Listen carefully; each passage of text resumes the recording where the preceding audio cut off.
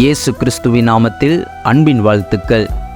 என் மகிமை கடந்து போகும்போது நான் உன்னை அந்த கன்மலையின் வெடிப்பிலே வைத்து நான் கடந்து போகும் மட்டும் என் கரத்தினால் உன்னை மூடுவேன் என்ற வசனத்திற்கு ஏற்ப அகஸ்டஸ் டாப்லாடி என்னும் தேவ மனிதன் தனது 16வது வயதில் இயேசு கிறிஸ்துவை சொந்த இரட்சகராக ஏற்றுக்கொண்டார்.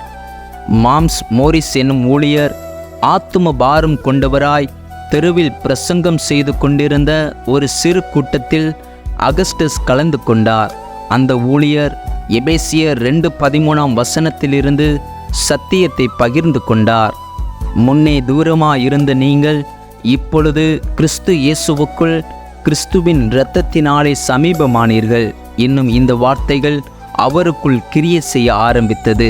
அவர் அப்போதே தம்மை கர்த்தருக்கு ஒப்புக்கொடுத்து கிறிஸ்துவை ஏற்றுக்கொண்டார்.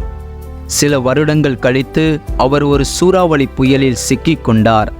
எங்கு பத்திரமாக இருப்பது என்று தெரியாத நிலையில் அங்கு ஒரு பாறையையும் அதில் ஒரு பிளவு இருப்பதையும் கண்டார்.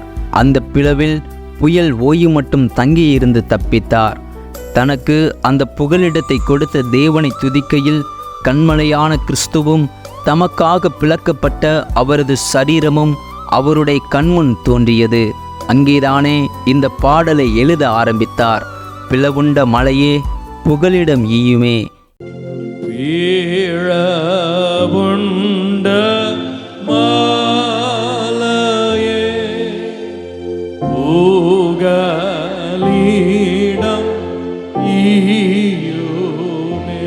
பாடலாமா?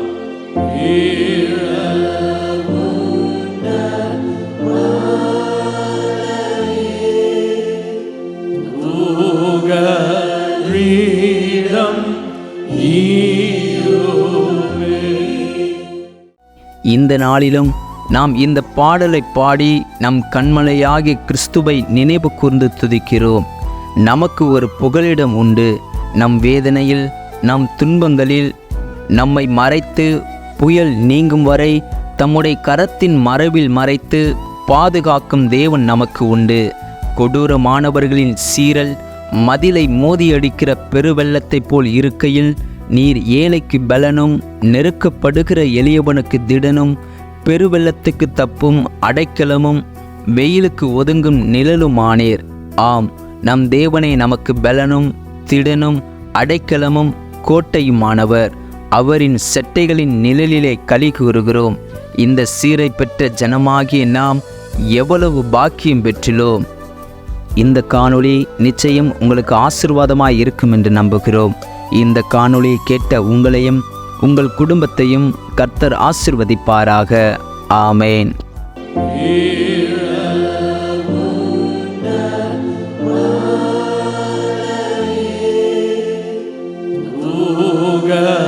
Freedom.